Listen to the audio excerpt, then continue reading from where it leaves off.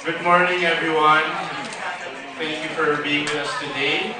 At sana magtulungan tayong lahat para may promote ang handog namin sa mga manonood ng pelikula Pilipino. At sana may promote natin na maayos ang My Lady Boss. Maraming salamat sa inyo. Bilang nasabi mo na yan, partner, talagang hihingi po kami ng tulong sa inyo na tulungan niyo po kami i-promote ang pelikula namin ni Char dahil napakahabang panahon na bago huli kami nagsamang dalawa. Kaya sana kayo din mismo po ay magustuhan niyo yung pelikula namin. Okay? Yes, June. So, based on the trailer, alam na natin ang kanyang names. Tanong ko lang, simula mo na tayo magtanong. So, how was it? Is it lovelier the second time around? Chart and Marian? Sweeter, lovelier? Kami ni Yan, ulit tayo nagkasama, was I think 5 years ago sa BFGF. At naging masaya yung samahan namin ni Marian doon, nagkaroon kami ng band doon. At kahit na 5 years na yung nakalipas, ngayon nagsama ulit kami sa isang pelikula, parang ganun pa rin. Parang relax pa rin kami sa isa, komportable pa rin kami. Kami nga niyan, pwede kami magtawanan on the set, kahit na seryoso yung eksena, or pwede na pag-usapan ng kahit na ano. Kaya siguro doon na rin nagagaling yung on-screen chemistry na sinasabi ng mga tao. Pero ang sarap ng pakiramdam mga trabaho siyan dahil not only she's very professional, but makikita mo talaga she loves her job, na-enjoy niya ito kahit na wala siyang tulog, ang taas-taas ng energy niya. Hindi ko alam kung saan nakukuha yun. Pero yun nga, never a dull moment pagkasama mo siya on the set. And talagang nagtutulungan kami dalawa pagdating sa mga eksena. So, it's been a good ride, it's been a good experience, and sana makita ito ng audience sa screen sa mga videos. Yan. Sweeter, braver. Masasabi ko oo kasi for the first time, pumayag na ako makipag-kissing-sin kay Char. Sabi, di ba? Isik lang ba? More. Oh, more daw. More kissing scenes. So, June? Yeah. Ayan. Siyempre pa, alam mo, June dumalo tayo sa shooting, di ba? Talagang sobrang kulitan yung dalawa. Pero, ang sweet, ang kilig kayo yung although siyempre alam natin na hindi talaga ito. Pero, iba pag nakikita namin kayo na nagkukulitan, naglalandian, sweet na gabi, nakakakilig. Siguro sabihin na lang natin na wala kasi kami tinatago sa isa't isa. Napaka-open namin sa lahat ng bagay. Kung sinabi kong lahat ng bagay, ibig sabihin, lahat ng pwede namin pag-usapan, personal man o trabaho, na pag-uusapan namin on the spot. Kinilig ka namin, nilapitan ka. Kasi kinukwento ni Richard sa shooting. Sabi niya, alam mo siya, napansin ko na yan Hindi pa siya yung Marian Rivera, which is yung Mar, di ba? Napansin ko na siya sa backstage ng SOP. Hindi na nakakalimutan. Blooming ka daw. Ako ba, hindi ko alam yun, ikaw ha? Hindi ko alam yun. Nung tinanong nga sa akin yung SOP, hindi ko alam yun. Kasi ang nagmarka talaga sa akin, yung pelikula namin, BFGF, doon ko siya mas nakilala. So, hindi mo naaalala yung nilapitan ka sa Totoo, hindi talaga Sorry. Pero si Richard, hindi na makalimutan. Ay, iba na yun. Iba na ba? Iba yun. Umayos ka. Di ba mas, kumbaga, mas nag-mature na ito kumpara doon sa BFGF na mas mga pakit-pakit lang kayo. So ano yung mga naganap dito this time? Marami ba kissing scenes? Meron ba kayong love scene? Ano yung mga medyo kakaiba dito ngayon? Aside din sa mga characters namin na talagang mas mature na compared sa characters namin sa BFGF, it's a step higher dun sa BFGF in terms of maturity, yung buong kwento, yung paggawa namin ng pelikula, and of course may mga eksena kami na hindi namin ginawa before, mga intimate scenes namin niyan, gaya nga nasabi niyan, parang ngayon lang kami nagkaroon ng kissing scene, maayos ng kissing scene dati kasi pasmak-smak lang kami. So ngayon, mas intimate na yung mga eksena namin, at mas daring na. Pati siya, makikita niya talaga very daring dito. So, yun. Gano'ng maraming kissing scenes niya, Char? Marami daw. Hindi ko mabilang Wow. Hindi naman unforgettable. Unforgettable naman yung kissing scenes. Unforgettable ba? Oo, kasi iba. Kasi iba eh, iba. Iba-ibang mga kissing scenes na ginawa. Depende syempre dun sa character at dun sa situation na nangyayari. Pero unforgettable in a sense dahil nga 5 years kami hindi gumawa ng pelikula, parang comeback movie namin ni Marian and parang nakapag-decide kami lahat na makagawa ng mga intimate scenes. So, Char, kamusta kahalikan siya? Ha? Kamusta kahalikan si Maria, Char? okay naman. Pero okay naman. Okay. Alam mo, mahirap Unforgettable. masabi yan, na bilang artista, kailangan alam mo, kapag nag-roll ang camera, hindi ka si Char at hindi ka si Maria. So mahirap sabihin kung anong pakiramdam sa pakikipaghalikan na hindi ikaw talaga mismo yung character na yun. Parang nagtaray. Parang ayaw sagutin ko, kamusta kahalikan si Char? Sisingit ako kasi nandun ako ng isang kissing scene ng dalawa, di ba? Parang 10 beses siya ang kinuha ng G. Tapos parang wala lang, talagang i-enjoy niyo. Kasi in Si character G, gusto niya kasi maraming angulo. So, siya minsan ako, mga 1 eksena hour yata isang paulit-ulit. kissing scene na 1 hour. Hindi, ganito yan. Tapos yung elevator pa. Nag-usap kami ni Char, actually, nag-usap kami ni Char tungkol dito sa pelikula na to, na kahit anong mangyari, ibibigay namin yung 100% namin sa pelikula nito. Kaya kahit sabihin pa ni Direk Cabo, ulit-ulit namin ibang angulo, wala sa amin. Kasi, nami-fact na nandun kami, at bago pa magsimula yung shooting, nag-usap na kaming dalawa. Kaya alam na namin yung mga gagawin namin sa mga eksena namin. Kahit paulit-ulit pa. So yan kung ano, sabi ni Char, okay lang kakising ka. Ano nga masasabi mo sa kanya? Okay lang. Okay lang, wala. Professional naman kami parehas eh. At alam naman namin na ano yung limitation namin bilang mga artista at ano yung character na ginagawa namin. Siguro enough na yun para hindi naman basihan kung masarap, kung paano, ilang beses. Ang importante, nagawa ng maganda yung pelikula at yung magandang eksena.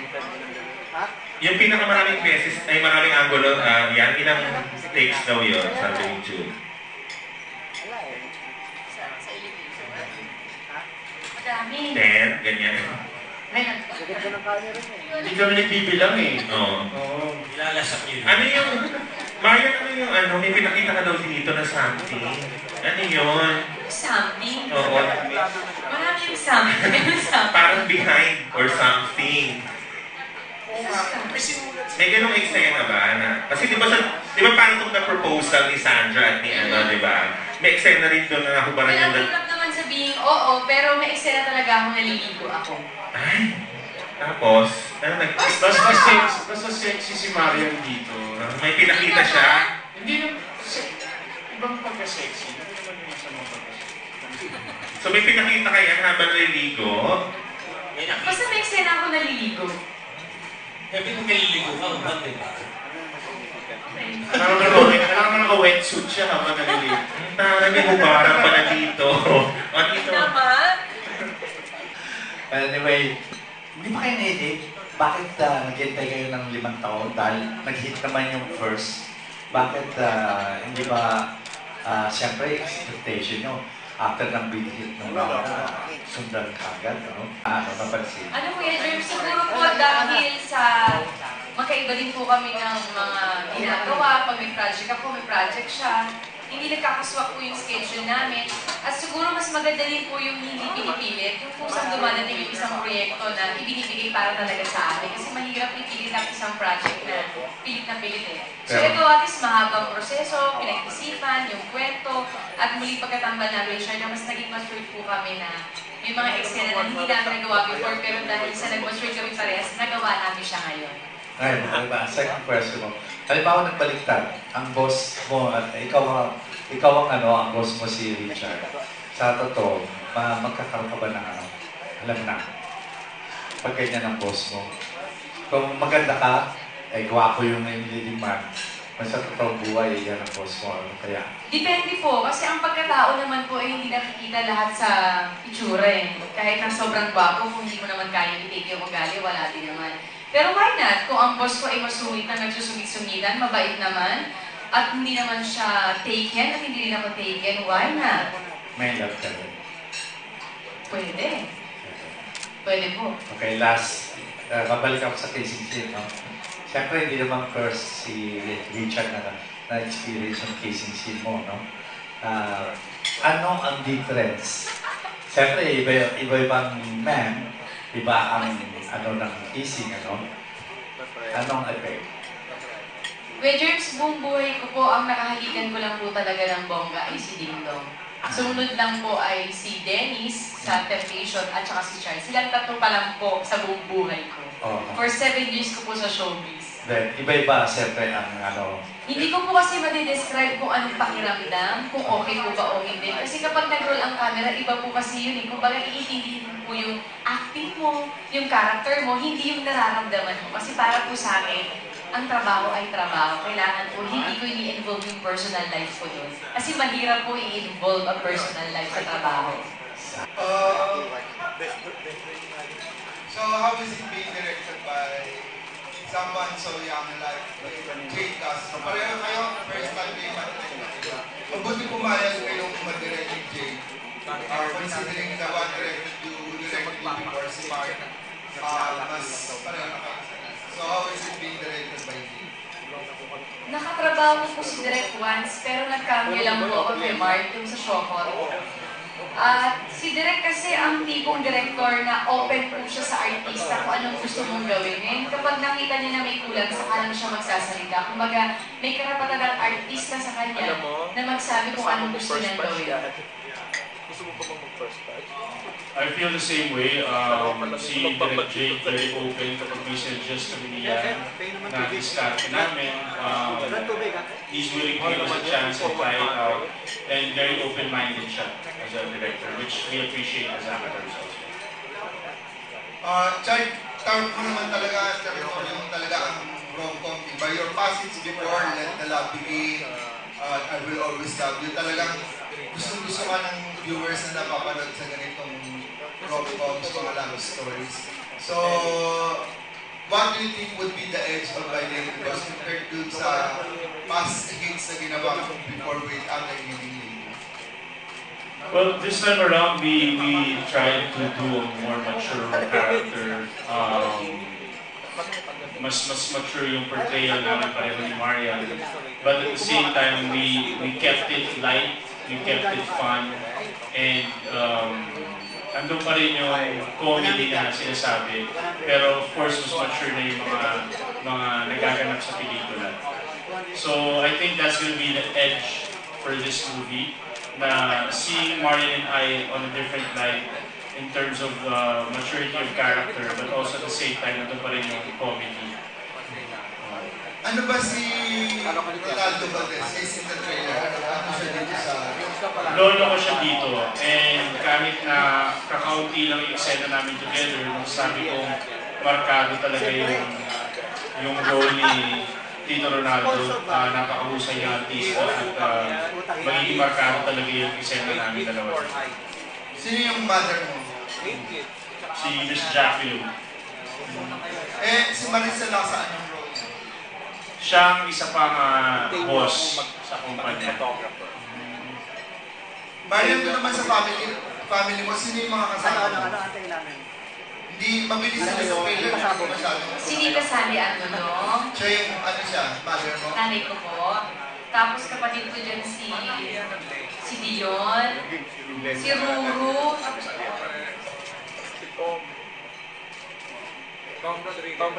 si Tom Rodriguez ay boyfriend ko dito. Ex-boyfriend. Na naging boyfriend na naging ex. So, ikaw, Char, meron ka rin ex-girlfriend dito? Madami. Pero hindi sila masyado highlighted sa pelikula. Pero may established na. Like mga cameo lang? Like who? Hindi ko rin sila masyadong kakilala. Okay, thank you very much. Thank you. May tanong lang ako. May tanong lang ako sa dalawa. Kahit sa ganda ni Maria, gusto mo siya nung unang tingin pala. Na-attract pala. Hindi mo siya niligawan noon. Hindi ka nagpalitan hangin. O, Mas honest ka daw. Di ba? Pasok naman siguro yung beauty niya sa panlasa mo, di ba? Well, nung time yung BFGF, tama ba? Single tayo pa rin. Hindi ba? Meron siyang ano nun, So mali yung memory ko. Pero, I was attracted to Marian, of course. Sino ba namang hindi, di ba?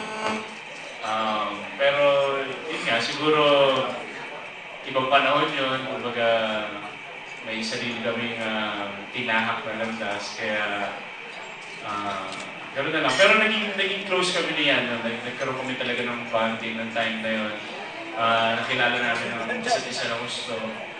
At that's why I was also attracted to her because of her personality, not only because she's very pretty. But yun, siguro tamang panahon lang na kahiwalay lang ng landas.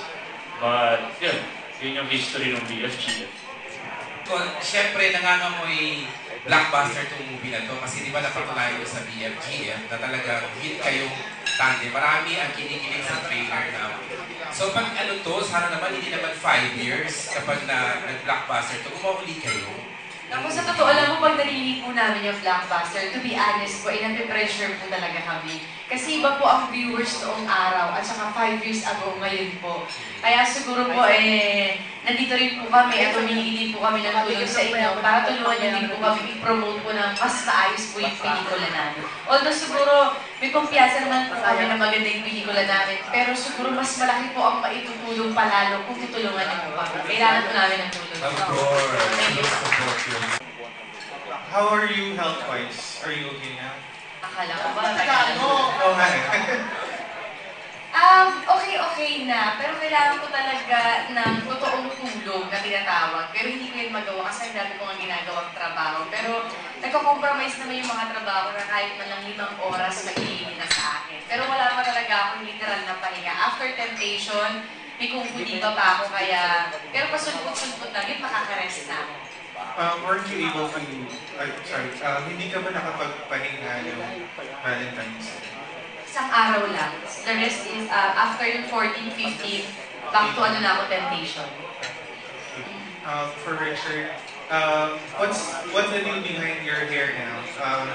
Did you just decide to cut your hair or is this for a project? Pag-gising ko, ganito yung buhok ko. Hindi, matagal ko na rin gusto talaga magpakalbo dahil na-miss ko. Na-miss ko na magkaroon ng new look. And fitting for summer. And at the same time, I'm also preparing for a new soap opera sa GMA where I'm portraying a Navy SEAL. So, I think sakto lang yung timing. So, and I like it. No maintenance, no hassle. I like it. Okay, no pressure. Meron kayong makakatapat din na films, both local and international. Are you a little nervous about or what are you expecting? Parang wala naman yata. Wala. Ajis sila eh. Yeah, but if ever, kasi... Tayo ajis. Walang katapat. Pati yung foreign wala, no? Wala, solo namin. Yeah, but I mean, while your movie is gonna be showing, they're probably gonna be running like a few months after that. Aren't you afraid of competition? Siguro hindi afraid, pero yun yung sinasabi namin na, syempre iba yung mga nanood sa amin before, iba naman ngayon, iba din konsepto namin ngayon. So mahirap din pangunahan ang mga bagay kung magugusto nila o hindi. Basta kami, ginawa namin trabaho namin at malaki naman yung kumpiyansa namin na maganda yung pelikula. At kaya siguro din nagkakaroon ng pagtitipon na ganito, para humingi kami ng tulong para ma-promote siya ng maayos. Kasi from seduction, tapos na yun bumalik ka sa romantic comedy. Nasasabi mo ba, mas likas sa ganitong klase ng movie kaysa sa seduction? Medyo nag-mature na. As an actor, it's good to diversify and it's good also to explore. So, pinili ko talaga yung project ng Seduction before this one. Gusto ko may variety. As an actor also, I feel na-challenge ako on both films. Coming from Seduction, na very serious, malalim yung pinangugutan, and very daring. To come back to a romantic comedy, it feels refreshing. Kasi kung nag-romantic comedy ako, tapos romantic comedy, alam mo, parang baka magsawa ako. So, masarap yung pakiramdam na after Seduction, I go back to romantic comedy, tapos kasama ko pa siya. I can say na I think this is the right time for this project after Seduction. Pero crosswise, masasabi mo na parang mas tanggap ka naman sa mga ganitong klase ng genre kaysa sa medyo mature. Well, I've only done a couple of films na medyo mature, so I can't really answer that. But we will see. We will see how it goes. Take it one project at a time. Kay Marian naman, kasi kanina parang nag-mention mo na sa 7 years mo sa showbiz, si Digam lang yung pinaka-bonggang-bongga na parang naka-kiss mo. So pag meron kong kissing scene with other men, anong pinaghuhugutan mo para ilabas mo kung ano yung dapat sa eksena? Siguro hindi na lang yung hugot, kasi medyo mahirap at mabigat na term yan sa pagiging artiste. Siguro sabihin na lang natin na nag-matured ako at naging open na ako sa mga bagay na posibleng gawin. Kasi kung lalagyan ko ng limitation yung sarili ko na, ay, ito lang ang kaya ko gawin. Parang hindi yata maganda sa pagiging isang actress yung gano'n. Kailangan open ka sa lahat. Dahil yung fact na ilang taon na din ako, kailangan siguro nagmamature na din yung mga point of view ko sa buhay. At isa yan sa mga ino-open ko sa buhay ko na kahit sino, basta regarding sa trabaho at kinakailangan sa eksena, gagawin ko yan nang walang pinaghuhugutan at hinihingi na ng eksena, kaya ako siya gagawin. So, walang limitation. Huwag naman yung to the point na hindi ko na kaya. Alam niyo yung limitation ko kung hanggang saan ako, dun sa kaya ko lang. Pero masasabi mo pa rin, iba syempre yung sa personal mo, na mas bongga pa rin talaga. Personal talaga. Ang hirap naman ipaliwanag kung anong klase ako magmahal sa isang totoong relasyon. At ang makakapagsabi niyan ay yung partner ko. Kasi ang hirap magbuhat ng sariling bangko kung sino si Marian sa relasyon, sa totoong buhay. Siguro kung may makakapagsabi niyan kung sino ako, ay yung partner ko yan. Si Dong yun. If someday you really become a boss, how would you be? At saka eto naman si Richard. You become an employee ni Marian. Would you have the courage to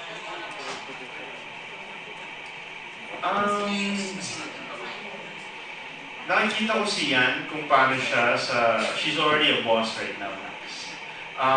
Nakikita ko kung paano siya sa mga tao niya, nakikita ko kung paano siya mag-alaga, at nakikita ko kung paano siya makisama sa mga tao niya. Parang ang sarap niya maging boss. At makikita mo rin sa kanya yung dedication and hard work na ginagawa niya. So you appreciate her more. Alam mo yan, she goes through a lot, working from one project, jumping to the other. It's not an easy task to do, pero she can still be able to handle it. Nakangiti, nakangiti yung mga kasama niya. So nakita ko na she's a good person, she's a good boss. And kung ako magiging employee niya, hindi ko lang, bakit hindi? Diba? Bakit hindi? May enjoy ko rin yun. Hindi ko lang masasagot yung question na kung mahirap po sagutin yun. Pero nakikita ko po yung kabutihan kay Marian as a boss. Kung sakali po na magiging boss ako, taliwas sa karakter ni Evelyn. Taliwas talaga kasi masyadong terror si Evelyn. Kasi naniniwala ako na hindi mo naman kailangan takutin ang mga empleyado mo para sundin ka nila. Nakukuha naman yan sa magandang pakikipag-usap. At nandun pa yung limitation at pagkaroon niya sa'yo bilang boss. Siguro mas maganda yun, pero may limitation pa rin yung mga tao mo. Pero hindi sila takot sa'yo. Iba kasi po kapag takot parang walang magandang magagawa. Anong business mo dito? Nasa office po ako. Sa office po naglalabas po ako ng mga bagong device, mga bagong produkto na magagamit ng mga tao, yung mga gadgets po. Halimbawa, itong pelikulang ito ay nasa picture, or a gadget. How would the two of you sell it? Para panoorin namin. It's new, innovative, and fresh.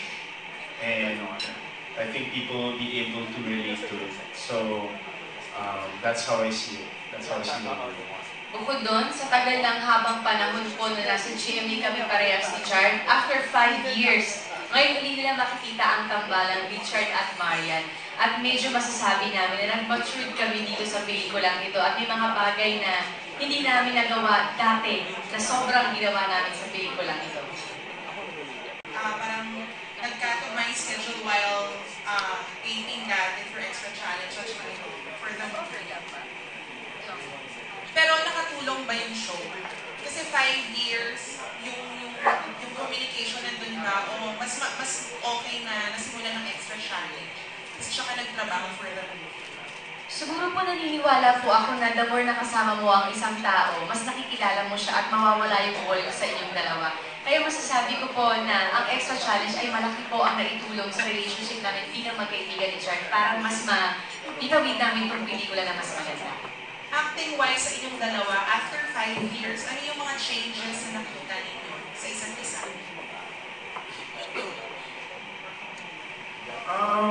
Iba nga yung portrayal namin dito sa My Lady Boss. Yung maturity ng character, of course kami as people, nag-mature din kami after 5 years. So, iba talaga yung pag-attack namin dito sa pinaka.